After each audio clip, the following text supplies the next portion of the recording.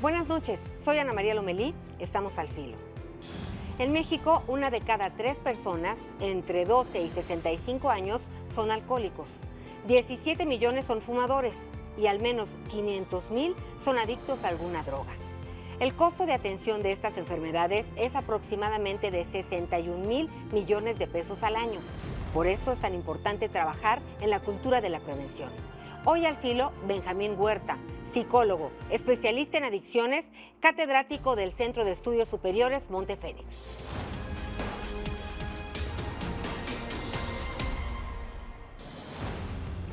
Gracias, Benjamín García, profesor, por acompañarnos. Pues te voy a decir Benja, como te dicen tus alumnos. Por favor, Ana, gracias. Y pues bueno, nos parece muy interesante no quitar el dedo del renglón en relación a las adicciones, ¿no? Hay políticas públicas, hay fundaciones e instituciones que se dedican pues a la prevención, pero me parece que el trabajo fundamental está en nuestro hogar, en nuestra casa, con nuestros hijos, y de repente nos perdemos. Sobre todo platicábamos hace un momento que en la última estadística, en la más reciente, se habla de que un niño a los 11 años pues ya tiene acceso y consume drogas, lo cual es muy preocupante. ¿En dónde empieza la tarea de los papás? ¿Cómo le hacemos para no equivocarnos? Porque si de algo estoy segura es que todos los papás quisiéramos que nuestros hijos nos entendieran, o por lo menos trabajar este tema apropiadamente. ¿Cómo? Sin duda, Ana, la prevención empieza en casa, como bien lo señalas. El tema es que pareciera ser que la tendencia educativa en casa es a no hablar de los temas, como si hablar de los temas fuera promoverlo o fomentar la curiosidad, y justo al revés. Actualmente nuestros niños y nuestros jóvenes están hipermediatizados, tienen acceso a toda la información que quieran y van a tener acceso a todo el contenido acerca de drogas, violencia, sexualidad, etcétera. Y si nosotros como padres, desde niños, no estamos ahí para ayudarlos a traducir esta realidad, es decir, explicándoles qué es la cocaína, qué es la marihuana, qué es el alcohol, qué es el tabaco, por qué sí, por qué no, cuál es el debate que está actualmente, por qué quieren que la legalicen, por qué que no. O sea, si nosotros como adultos, desde chiquititos, evidentemente a su idioma, digamos, en su concepción de pequeños, no les ayudamos a que traduzcan todo esto, el niño o el adolescente va a ir a buscar la información a otro lado y normalmente la va a obtener pues, de sus grupos de amigos o de una persona un poco más grande que a lo mejor tenga ya uso de esta sustancia y va a adquirir una información tal vez no correcta. La primera información que debemos de manejar es prohibido el uso de cualquier tipo de sustancia, alcohol, tabaco, marihuana o cualquier otra, hasta no ser mayor de edad, porque su cerebro está en desarrollo, porque están pequeños, porque el uso de cualquiera de esas sustancias, aunque sea en cantidades pequeñas, va a ser nocivo para su salud. El hecho de que exista una ley a nivel mundial de que prohíba que menores de edad accedan al consumo de las legales hasta ahorita, que son alcohol y tabaco, se debe a cuestiones de maduración cerebral. La prevención tendrá que ir por ahí, por hacer consciente a los niños de que están en un proceso de crecimiento y que esto los hace increíblemente más vulnerables. Un dato que a mí me resulta alarmante desde hace años que lo conocí es que eh, las adicciones hoy en día se consideran una enfermedad del desarrollo. O sea, hoy en congresos de pediatría podríamos encontrar ponencias acerca de tabaquismo, porque el uso empieza a ser muy pequeños. Y sabemos que más del 80% de las adicciones se originan entre los 18 y 25 años, a muy temprana edad. Es decir, esto ocurre cuando un adolescente se expone tempranamente a una de estas sustancias con potencial adictivo. A ver, profesor, estoy cierta de que tanto las madres y los padres pues no quisieran que sus hijos cayeran en ninguna adicción. Pero muchas veces la dinámica familiar, ¿no? A lo mejor pues es una madre soltera que no está realmente en casa porque tiene que trabajar. A lo mejor hay problemas de violencia intrafamiliar y pues es muy complicado pues lidiar con todo eso y además evitar que los niños queden afectados por esta situación y luego entonces porque caigan en alguna adicción. Porque en muchos casos pues escuchamos que los niños dicen, no, bueno, mis papás se divorciaron, si bien les va, o mi papá nos abandonó, o mi mamá, tal, y los niños acaban en esto. ¿Cómo poder pues combatir esta tendencia? Mira, así por hacerlo en general, la adicción no es un problema o una enfermedad de una sola variable. Se le conoce como que es una enfermedad multifactorial. Por hacerlo breve y no extenderme muchísimo, digamos, hay tres variables esenciales.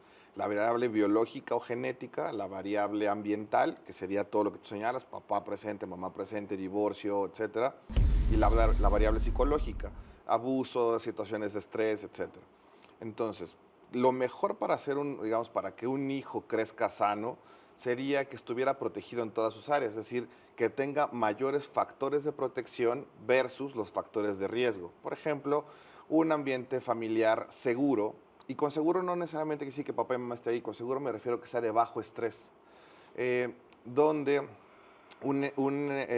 donde mamá y papá o los criadores estén presentes supervisando la vida del pequeño, donde estén involucrados en la vida del pequeño. A nivel psicológico, donde el pequeño, si en caso de sufrir una situación adversa, psicológicamente hablando, por ejemplo, estrés o cualquier otra situación, pueda recibir una atención a esta situación, digamos, si fue víctima de bullying, de abuso sexual o físico, que reciba una atención psicológica temprana. Y a nivel genético, biológico, pues también tener mucha conciencia de ahora sí que de los factores familiares. Si en nuestras familias tenemos papás, mamás, abuelitos, tíos que ya desarrollaron el problema con el alcohol, con el tabaco, con la marihuana, pues eso quiere decir que en nuestra familia pues hay una tendencia genética a, a desarrollar esta enfermedad o tener mayor vulnerabilidad. Teniendo en cuenta todos estos factores es que se hacen, digamos, los famosos programas de prevención tienen como objetivo aumentar los factores de protección y disminuir los factores de riesgo. Ahora, también es cierto que no vamos a poderlo cubrir. Cuando nos enfrentamos a la realidad nacional, nos damos cuenta que la mayoría de nuestros niños y jóvenes están muy vulnerables. Y algo también que de repente se nos olvida, es, las adicciones, bueno, cuando alguien es adicto, está enfermo, ¿no? Así es. Y me dijiste antes de empezar, pues que es una enfermedad incurable. ¿Podríamos ahondar en el tema? Es que la adicción es una enfermedad del cerebro. El consumo crónico de una sustancia adictiva modifica el cerebro, modifica la forma de las neuronas, o sea, su estructura, y modifica también cómo funciona todo el cerebro. Ya una vez que el cerebro llegó a este momento de un cerebro adicto, ya no hay vuelta atrás. Ahí es cuando decimos que es una enfermedad crónica, es decir, ya no la podemos regresar a su estado previo a este último cambio. Pero es una enfermedad que tiene tratamiento médico, psicológico y muy efectivo, y donde día con día vemos a niños y a muchos jóvenes recuperarse de este problema y rehacer sus vidas de manera sorprendente. O sea, hasta podría utilizar una palabra milagrosa. Hasta que vuelven a probar. Hasta que, en caso de que no recaigan, claro. Sí. Pero como cualquier otra enfermedad crónica, también sabemos que parte de este desarrollo de su proceso crónico es que va a haber recaídas. Eso le pasa al asmático, al diabético, al hipertenso. Claro, Es un 100%. tiempo de estabilización. ¿Cómo nos podemos dar cuenta que nuestro niño, porque siempre los veremos chiquitos, nuestro niño o nuestro hijo no tan chico, está cayendo en el mundo de las adicciones? ¿Cuál es su comportamiento? Es difícil porque cada sustancia te va a generar distintas particularidades, particulares cambios de conducta. Pero por darte así unos grandes generales, los cambios abruptos, o sea, todos los niños y jóvenes cambian, sobre todo en la etapa de adolescencia. Pero estos cambios van siendo graduales. Cuando los cambios son abruptos, algo está pasando. Hay que abrir los ojos. Cambios en el apetito, cambios en los hábitos de sueño, cambios en el ánimo.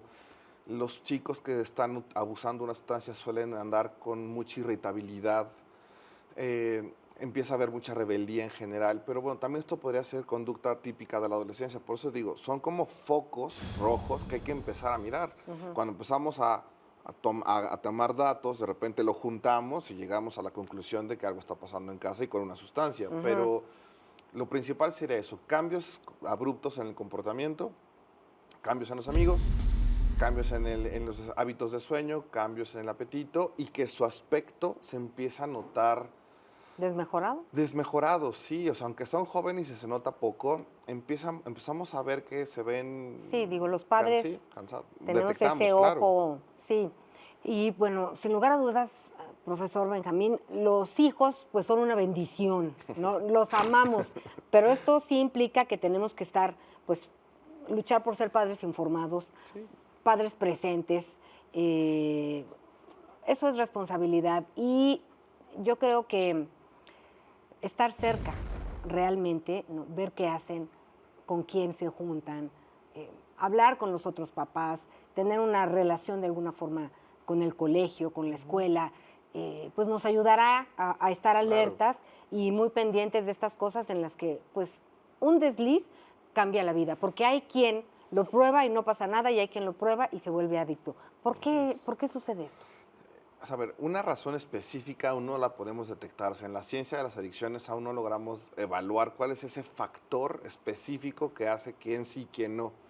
Pareciera ser que todo depende mucho de este tema idiosincrático de cada persona. Pero sin duda sabemos que, digamos, de 10 jóvenes que van a probar, por ejemplo, por hablar la que está ahorita de moda, van a fumar marihuana, si son menores de edad, pues al menos unos 2 de ellos van a desarrollar una relación patológica o posiblemente adictiva a esta sustancia. Por hablar de un número bajo, de un rango bajo, igual puede ser un poco más alto. ¿Qué determinaría eso? Hay un elemento que hablamos en lo siguiente. Cuando un joven se encuentra en una condición adversa, pensemos, emocionalmente no anda bien, porque hay temas en casa o temas con su vida personal, con una pareja, que él no ande emocionalmente bien.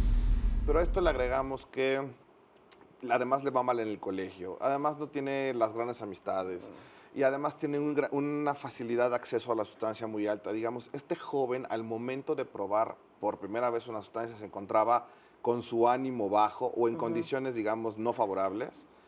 Al probar por primera vez una sustancia va a obtener un mayor beneficio en cuanto al efecto, o sea, lo va a sentir más placentero que el joven que lo probó y que se sentía de maravilla porque hacía deporte, porque estaba bien con sus padres, bien con sus amigos, bien con la pareja. Y cuando probó, también va a sentir rico, también va a echar fiesta, pero la percepción subjetiva de placer de esa sustancia va a ser menor.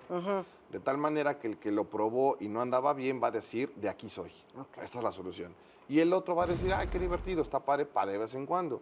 Esa sería como una característica, le llaman los norteamericanos, le llaman el gusto por la droga. O sea, qué tanto te gustó y qué tanto te la deseaste, tiene que ver con esa primera experiencia. Y los chicos que tienen un gran deseo a volverlo a probar son chicos que normalmente no se encontraban en condiciones favorables. Por así decirlo. Óptimas en toda su persona, Exacto. de ánimo principalmente, pero en general en todo su ser. Muchas gracias, profesor Benjamín García, por habernos acompañado y pues repetiremos estas charlas muy seguido. Gracias. Y gracias a ustedes por habernos acompañado. Recuerden que tenemos una cita la próxima semana a las 22:15 por ADN 40. Buenas noches.